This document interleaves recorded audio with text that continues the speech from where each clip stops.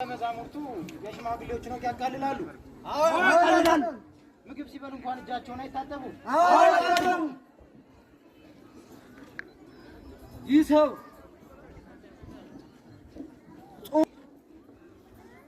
በለተስልመት ማድረግ የሌለባቸውን ነገር አድርገዋል።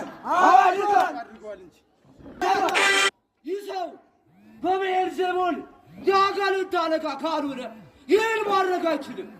አይችልም። የምናውቀው የማርያምና ዮሴፍ ልጅ ሆኖ ሳለ እርሱ ግን ከሰማይ የወረድኩ ነኝ ይላል። ይላል። ያስተካክላል። በደንብ ሁሉ በሽተኛ የነበረውን መጻፉን በዕለተ ሰንበት አድኗል። ምን ይሄ ብቻ 46 ዘመን ሙሉ ሰሎሞን በእግዚአብሔር ፍቃድ የሰራውን ቤተ መቅደስ በ3 ቀን አፍርሼ ገነባዋለሁ ብሏል። ከዚህ በላይ ምን ኃጢአት አለ? ምንም የለም። ይህ ሰው የቄሳር ግብር አዋርዷል። ሰው ራሱን እንደ ጻድቅ ያለ ይህ ሰው ሕዝቡን አሳምጿል።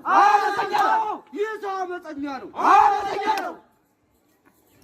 ሕዝብና ሕፃናቱን ዝም አስብሏቸው።